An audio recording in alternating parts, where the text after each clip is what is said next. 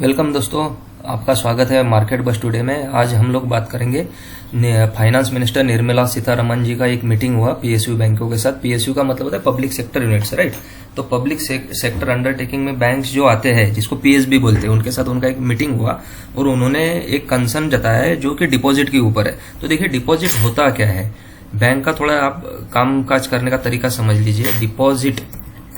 Deposit का मतलब होता है एफडी या उनके पास जो भी सेविंग वगैरह रहता है उसको वो लोग बोलते हैं डिपॉजिट, राइट। और ये डिपॉजिट का ये लोग करते क्या है कि डिपॉजिट जैसे भी आता है इनके पास, तो डिपॉजिट लेते हैं और वो किसी को लोन वगैरह पे देते हैं, राइट।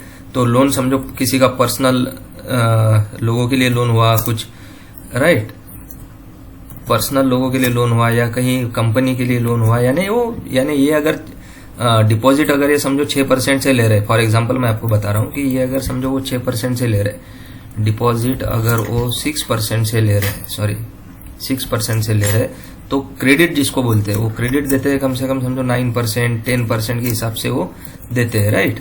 तो इसको बोलते हैं कि डिपॉजिट ग्रोथ और इसको बोलते हैं क्रेडिट ग्रोथ। डिपॉजिट ग्रोथ और क्रेडिट ग्रोथ का मतलब ऐसा हुआ कि डिपॉजिट उनका कितना तेजी से बढ़ रहा है या डिपॉजिट वो कितना बढ़ा रहे हैं, उसको बोलते हैं डिपॉजिट ग्रोथ। और सेकंड रहता है उनका क्रेडिट ग्रोथ। क्रेडिट ग्रोथ का मतलब होता है कि वो कितना लोगों को लोन दे रहे हैं या इकोनॉमी में वो पैसा घुमा रहे हैं, तो उसको बोलते हैं क्रेडिट ग्रोथ।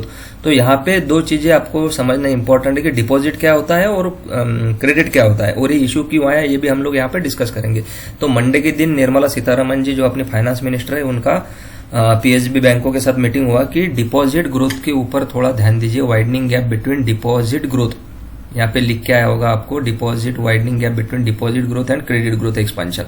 तो इसमें जो मिसमैच हो रहा है, यानी डिपॉजिट ग्रोथ समझो 1% है और क्रेडिट उनका जो ग्रोथ है वो 4% है, तो 3% का जो उनका गैप आ रहा है बीच में, उनके लिए उन्होंने थोड़ा चिंता जताई है कि वो थोड़ा कम कीजिए। तो उन्होंने फोकस किया पीएसबी के ऊपर, और उसमें भी जो वो बोल रहे हैं कि थोड़ा सेमी अर्बन या रूरल एरिया पे ध्यान दीजिए कि वहां से वो ग्रोथ आ सकता है, राइट। ये रिव्यू मीटिंग हुआ पीएसबी का मंडे को निर्मला सीतारमण जी का, ठीक है। तो उनका बोलना है कि डिपॉजिट थोड़ा बूस्ट कीजिए, थोड़ा एनहांस कीजिए कस्टमर सर्विस, और जो भी स्ट्रक्चरल मिसमैच है बैंकिंग सेक्टर में, ये थोड़ा बड़ा मिसमैच है, क्योंकि डिपॉजिट अगर 1% से ग्रो हो रहा है और क्रेडिट ग्रोथ अगर समझो 6% 7% के हिसाब से, तो मिसमैच आ जाएगा। बैंक के पास पैसा किसके पास से आएगा?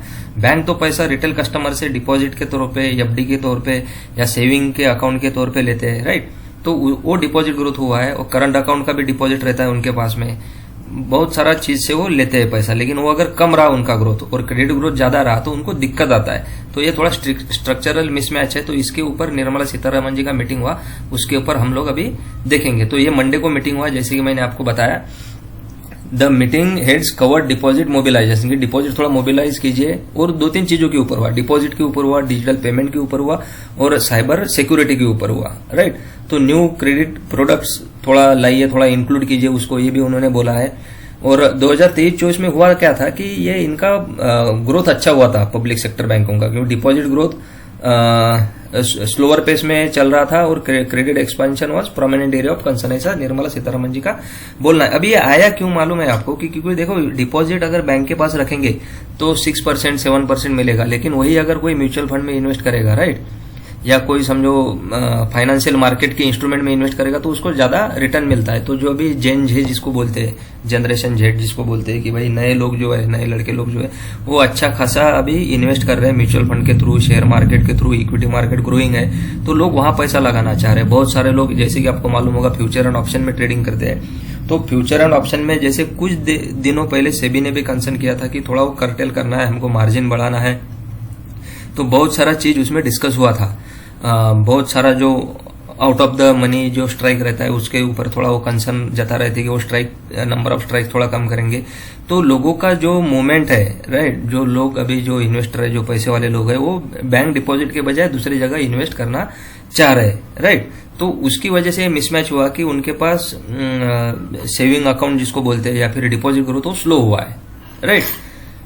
तो इसमें लिखा था, finance minister highlighted that deposit growth has lag behind the credit growth by 300 to 400 basis point. देखिए, ये बहुत इंपॉर्टेंट है। 300 to 400 बेसिस पॉइंट का मतलब होता है 3 से 4% का इसमें मिसमैच है।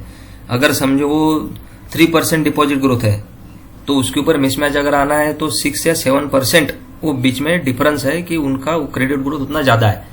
तो कम से कम क्रेडिट ग्रोथ अगर 7% से है तो डिपॉजिट ग्रोथ 6% से तो होना चाहिए था, वो उतना हुआ नहीं है। तो इससे क्या होगा, creating a potential asset liability mismatch.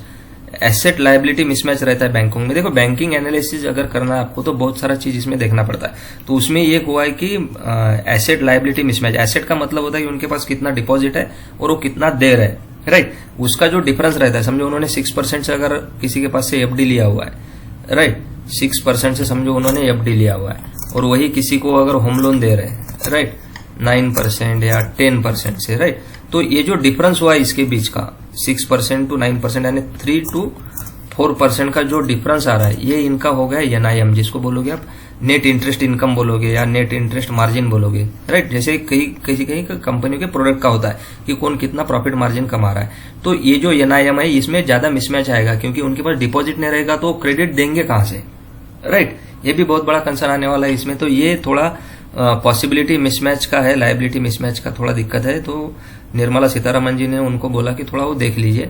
इम्पेज urgency of to address this gap, ये गैप उन्होंने अर्जेंसी में खत्म करने के लिए बोला है, particular rural and semi urban area. Rural और सेमी अर्बन एरिया में थोड़ा टैप कीजिए, पोटेंशियल है वहां पे, और थोड़ा डिपॉजिट लाइए, ऐसा उन्होंने बैंकों को बोला है, राइट। तो ये चीज है थोड़ा, ये बैंकिंग सेक्टर के लिए एक अच्छी न्यूज माना जाएगा क्योंकि एफएम ने, फाइनेंस मिनिस्टर ने अगर इसको कंसर्न बोला है तो बैंक उनके ऊपर काम करेंगे तो डिपॉजिट ग्रोथ अच्छा होगा। डिपॉजिट ग्रोथ अच्छा होगा तो क्रेडिट ग्रोथ तो मार्केट में ऑलरेडी है, अपनी इकोनॉमी में क्रेडिट ग्रोथ अच्छा खासा है, राइट। तो ये उन्होंने बोला है कस्टमर के साथ रिलेशन अच्छा रखने के लिए, डिपॉजिट इनफ्लो करने के लिए बोला है। साइबर सिक्योरिटी, डिजिटल पेमेंट के ऊपर भी उन्होंने बोला है कि थोड़ा अटेंशन दीजिए, काम कीजिए उसके ऊपर।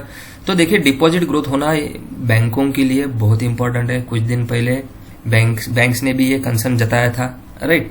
तो हुआ क्या है कि जो नए जनरेशन के लोग हैं या बहुत सारे लोग पुराने भी रहते हो, एज कोई मैटर नहीं करता है, वो बहुत सारा लोग अभी फाइनेंशियल थोड़ा विजडम आने के कारण या थोड़ा नॉलेज आने के कारण वो कहीं और जगह इन्वेस्ट करना चाह रहे हैं जहां पे रिटर्न अच्छा मिले और उसमें उनकी कुछ गलती नहीं है। अगर वो पैसा कमाना ही चाहेंगे तो क्या दिक्कत है, कर सकते हैं, राइट। तो म्यूचुअल फंड में अच्छा खासा रिटर्न उनको मिलता है, थोड़ा टैक्सेशन का बेनिफिट रहता है, एफडी में उतना कम रहता है, तो विद टैक्सेस रिटर्न थोड़ा कम आता है, ये भी कंसर्न की बात है। ठीक है, चलिए देखते हैं। अभी ये न्यूज था तो मैंने आपको बताना थोड़ा ये जताया कि आपको मालूम होना चाहिए। तो अच्छी खबर है पीएसबी के लिए, पब्लिक सेक्टर बैंकिंग के लिए, राइट। तो चलिए दोस्तों, थैंक्स फॉर वॉचिंग। वीडियो के लिए लाइक कीजिए, शेयर कीजिए, चैनल को सब्सक्राइब कीजिए और दोस्तों के साथ शेयर कीजिए। जय हिंद।